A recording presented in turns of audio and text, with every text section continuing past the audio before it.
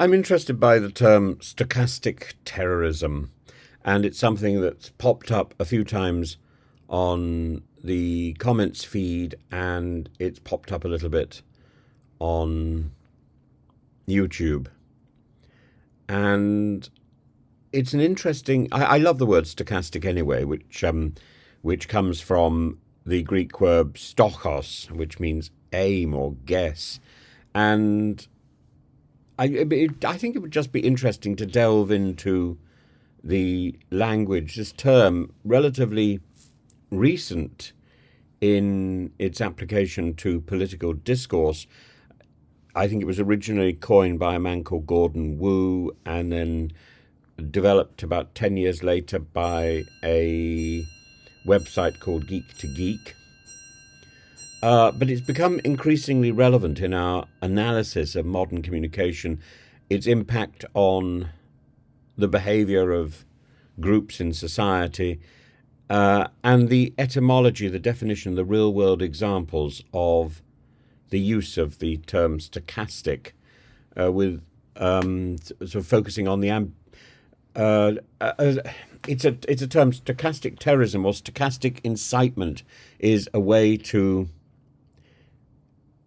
account for the ambiguous language used by public figures, like, for example, Nigel Farage's coded language, which is apparently innocuous, which is seemingly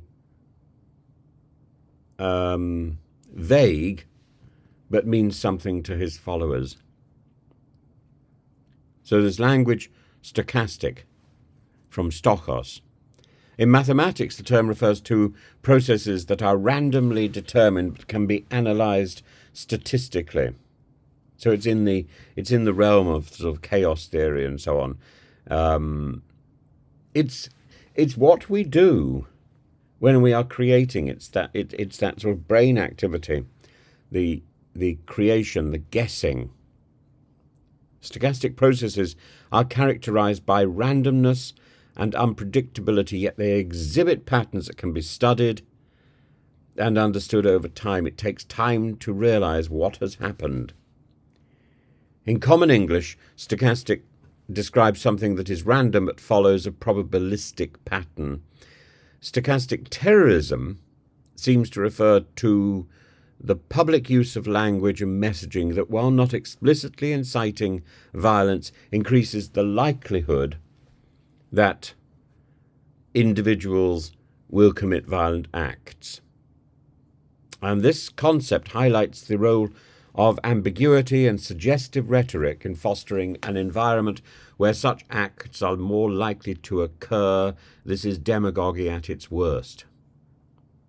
The term underscores the indirect relationship between the speaker and the violent acts committed by others, suggesting that while the speaker does not directly call for violence, their words contribute to a culture that makes violence probable.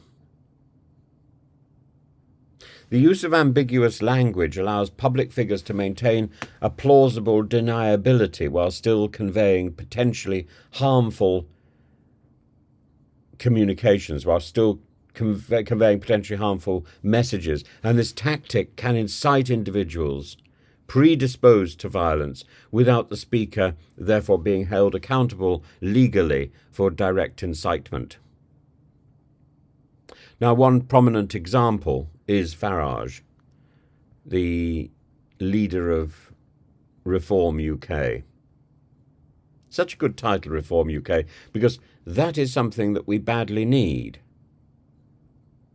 And it sort of encapsulates the distinction between the problem and the solution. The solution of Reform UK, the party, is not what we need. But do we need to reunite our country? Do we need to bring our country together? Yes. I would stand with Reform UK saying there is a problem. But I would defy Richard Tice and Nigel Farage and the other three individuals whose names I cannot remember and don't care about. I would defy their particular solutions. And the problem is what they present is a mixture of solution and problem. A little bit like Suella Braverman and Priti Patel. These people are masters of stochastic calls, of the use of the stochastic. And during the Brexit campaign, for example, Farage used phrases like take back control and warned of a breaking point regarding immigration. This infamous breaking point poster, which depicted the long line of refugees, criticised for its inflammatory and xenophobic undertones, but it was a pastiche, it was an invention, it was unreal, it was a lie. It was a pile of actors. While Farage didn't explicitly call for violence, the imagery and the language played out into existing fears and prejudices. This is exactly what Enoch Powell did. Enoch Powell's career was destroyed by his stochastic language, potentially encouraging hostility towards migrants. And we saw it the other day with the smashing down of the door of the immigrant hotel, with the attacks on the mosques. Even though the crowd knew that the Southport killer was not a Muslim. It doesn't change the narrative. Oh, well, how do you know he's a Christian now? How is it not possible that he's now converted to Islam? What utter balderdash. They want the narrative to exist because it explains why they feel so engaged. Actually, the only reason they feel engaged is because there's this stochastic terrorism, because of this ambiguous call to arms. That's why they feel engaged. That's why they feel excited, because they've been taking this pill, to use an Andrew Tate image. Internationally, similar patterns can be observed. This isn't a phenomenon exclusive to Britain. Donald Trump frequently employs ambiguous language that may be interpreted as a tacit approval for extremist actions. For instance, during the 2020 debate, when asked to condemn white supremacist groups, Trump infamously told the Proud Boys to stand back and stand by. The statement was interpreted by some as a signal of support rather than a condemnation. The riots in Washington, January the 6th riots. To what extent was Trump's silence an acquisition of provocation? In Brazil, President Bolsonaro is also known for his provocative, ambiguous language. He's repeatedly made derogatory remarks about various social groups and has been criticized for his militaristic rhetoric.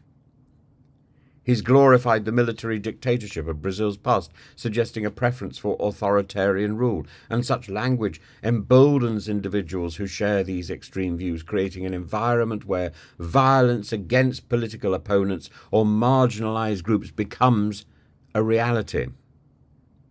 This stochastic nature of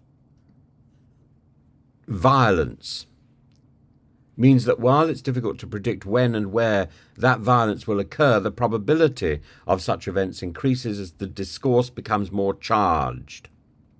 The anonymity of the inciters adds to this complexity as it becomes challenging to hold them accountable for the actions of their followers.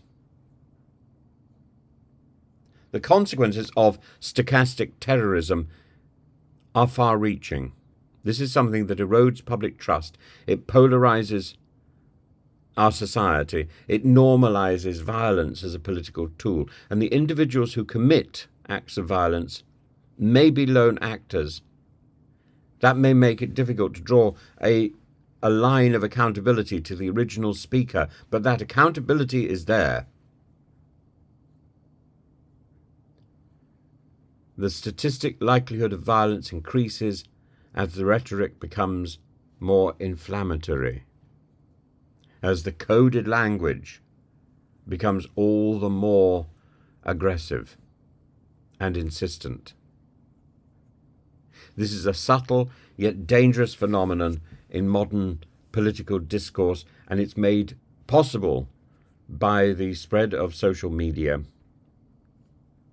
And how do we challenge it? Well, one route is censorship.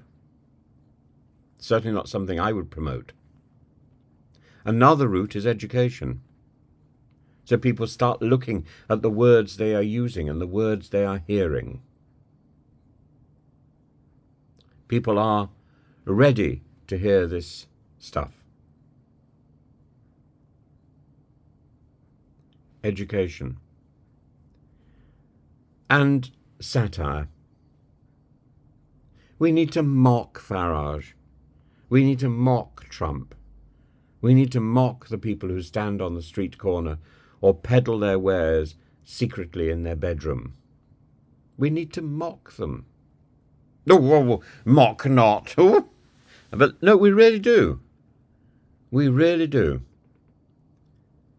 Education takes a long time. A well-placed bit of mockery, can be effective in a matter of minutes. If you think of the value, and that was the week that was, of Frankie Howard's contribution. Woo, I blame her. I do. Woo, I do. Was extraordinary. And the effect it had was immediate on the Macmillan government. It undermined that sense of entitlement. It is very important, I think, in ushering in the Labour Party and the Harold Wilson government. Harold Wilson, one of the brightest prime ministers that we've had in living memory.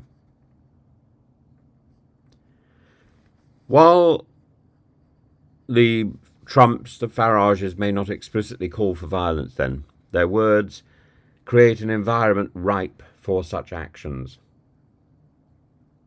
They're just waiting for the torch. Understanding and recognizing this phenomenon is crucial to maintain a healthier and more democratic, a more accountable, a more open society.